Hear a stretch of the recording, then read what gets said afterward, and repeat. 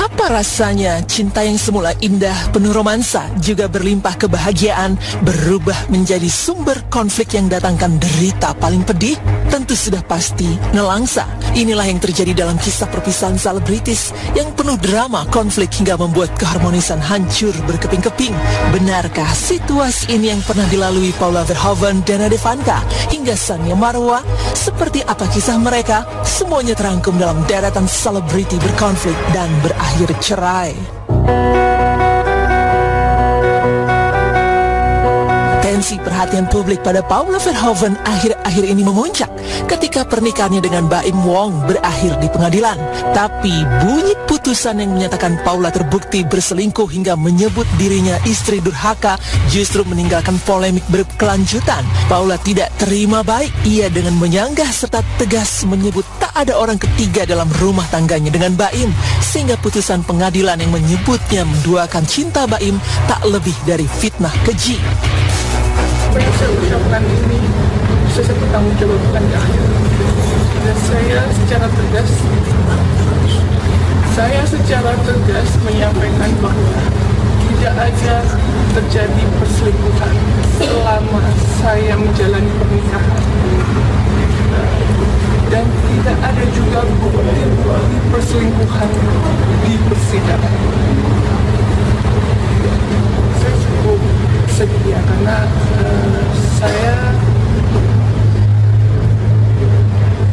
menurut saya kita ini sudah terlalu jauh, dan di sini saya punya 2 anak laki-laki.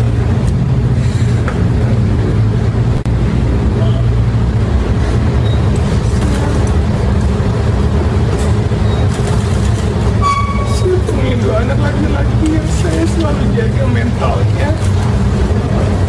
Mereka akan tumbuh besar melihat pemberitaan ini yang cukup masif. Air mata yang ditumpahkan Paula adalah air mata dari seorang ibu yang tak mau dicap istri durhaka hanya karena dituduh bersalah atas perbuatan yang tidak pernah ia lakukan. Lantas berbedakah air mata yang ditumpahkan Baim saat ungkap ingin berpisah dari Paula setelah 6 tahun hidup bersama sebagai suami istri? Saya nggak tahu itu putusan yang benar atau enggak. Karena kan saya harus bilang kalau memang ada ketidakjujuran itu. Cuma saya minta maaf sama wartawan. Saya juga tahu pekerjaan kalian. Jadi saya nggak mau dibaca. Saya kasihan anak saya. Ada yang benar-benar siap menghadapi perceraian. Begitupun Baim atau Paula. Perpisahan bukanlah jalan keluar terbaik. Tapi bagaimanapun, ketika api cinta berubah menjadi gelombang amarah yang menghanguskan keharmonisan, rasanya Baim dan Paula tidak punya pilihan lain selain berpisah. Namun, perpisahan yang seharusnya berjalan sejuk justru diwarnai konflik perebutan anak, di mana Paula sempat kesulitan bertemu dengan anaknya. Benarkah Baim pun akhirnya mengalah melepas hak asuh anak pada Paula asalkan sang mantan tak ajukan banding? Kamu tahu nggak? Tiap hari aku nangis. Kangen jadi kalau ke sekolah, tapi aku tiap hari ke sini.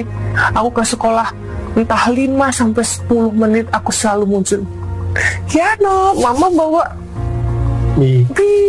Kiano, mama bawa dokter. Kiano, mama itu aku usaha terus sampai aku bilang sama gurunya, apalah artinya 5 menit sama yang 23 jam 55 menit gak sama aku. Terus kata gurunya, justru yang 5 menit itu mereka akan terkenal.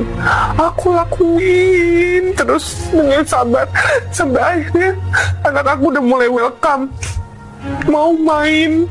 Kenapa aku videoin? Karena setiap momen itu yang aku akan kenang sama mereka gitu.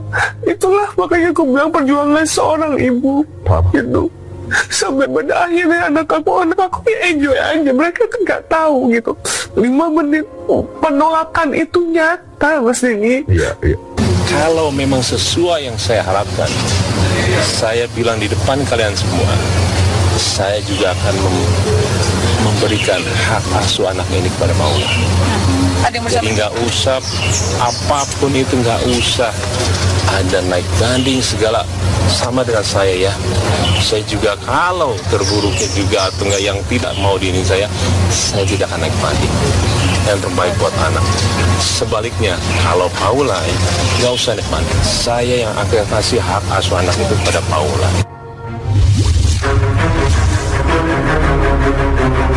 Drama perceraian Dana Devanka dan Jonathan Frizzy juga mengalirkan cerita yang cukup pelik. Kisah perpisahan yang diwarnai konflik, dugaan KDRT, hingga dugaan adanya orang ketiga ini pun tak kunjung selesai ketika Hakim Pengadilan Agama Jakarta telah memutuskan mereka berpisah pada 17 Februari 2022 lalu. Konflik Dana dan Ijong pun kian panas ketika Dana disebut-sebut membatasi waktu Ijong bertemu anak-anak mereka. Sementara di mata Dana, ia justru membukakan pintu selebarnya untuk Ijong bertemu anak. Katanya saya tuh menghilangkan haknya bapaknya lah, terus saya itu melarang segala macam, ya pokoknya biasalah dengan kata-kata yang menurut saya kurang pantas gitu loh. Jadi saya di situ, loh kan anak-anak udah dibawa sama papanya, kenapa mesti posting begini gitu loh. Saya agak kecewa sih Kak Ros gitu loh, maksudnya jangan gitulah. Jadi cerita itu harus lengkap gitu loh. Jadi jangan cuman ngomporin Dena doang, jadi dari pihak dia tuh ngebelain terus. Tak hanya soal urusan anak, konflik Dana dan Ijong perihal orang ketiga pun nyatanya berlanjut ketika muncul sosok Ririn Dwi Ariyanti, lawan main Ijong dalam sinetron. Meski sejak lama Dana mencium ada hubungan terlarang itu, hanya saja baik Ijong maupun Ririn selalu menepis. Namun beberapa tahun Dana dan Ijong bercerai, sang mantan suami dan Ririn akhirnya go public. Hal ini pun membuat Dana melepas sindiran dengan menyebut Ijong menjilat ludahnya sendiri. Tapi sekarang mungkin teman-teman udah tahu juga kalau sekarang mereka udah mulai go public lah gitu loh. Mereka udah cuek aja, udah tengki event bareng, ulang tahun ngerayain bareng, bla bla bla, udah mulai ngundang teman-teman artis yang lain. Jadi kayak dia nggak malu sih, udah nggak malu untuk memproklamirkan kalau ya kita together nih, ya kan. Buat aku sekarang aku bisa ketawa aja, ya coba deh, look who's talking gitu, ya kan. Ini kemakan omongannya sendiri. Katanya udah go public dengan yang baru, itu benar nggak sih? Siapa? Hah? Itu ada. Jawabannya gue, pokoknya doain aja semoga dapet yang terbaik. Oh iya. Apakah dia menjadi yang terbaik? Asik. Masuk ya? Masuk terus ya? Apakah dia sudah menjadi yang terbaik? Ada menurut lah. lo? Ada lah. Gue gak suka publikasi ini. Oh, gak suka publikasi itu apa diposting? Vena Melinda dan Ferry Irawan sempat digadang-gadang menjadi pasangan ideal. Bila melihat bagaimana dahsyatnya gelora cinta mereka saat itu, Vena dan Ferry menjelma menjadi pasangan yang dimabuk cinta. Nyaris tiada hari tanpa romansa mereka. Cinta yang bermula dari konten itu akhirnya berlabuh di pelaminan ketika Ferry dan Vena gelar pernikahan pada 7 Maret 2022. Namun belum genap setahun menikah, bahtera cinta mereka kandas. Vena mengaku menjadi korban KDRT dan melaporkan Ferry ke Polres Kediri. Ferry pun akhirnya ditahan. Kendati demikian, nasib Vena masih terkatung-katung. Gugatan cerai yang dilayangkan di pengadilan sejak Januari 2023 lalu banyak alami kendala, hingga Vena harus 3 kali menggugat cerai sampai akhirnya gugatan tersebut dikabulkan pengadilan. Jadi ya itu yang kita tunggu. Jadi kalau ditanya lega, yang pasti saya bersyukur kepada Allah, satu-satu selesai. Vonis dari KDRT akhirnya secara sah dan meyakinkan yang bersangkutan terbukti menerima hukuman 1 tahun. Konflik Sania Marwa dan Atta Larik bisa dibilang konflik yang paling terpanjang. Bayangkan saja, sejak tahun 2017 itu, saat Atta Larik dan Sania resmi bercerai, konflik di antara mereka masih membara bahkan kian pelik sampai saat ini.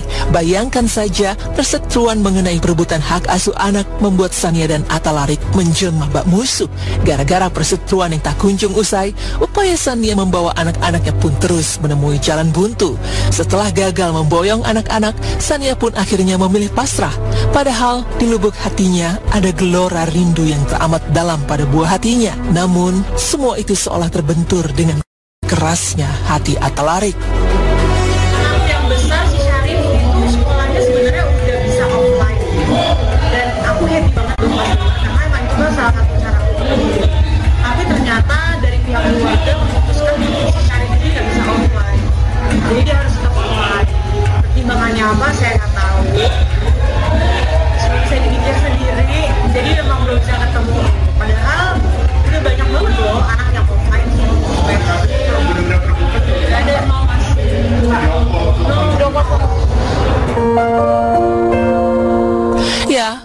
Itulah cinta, manis di awal, namun ujungnya terasa pahit.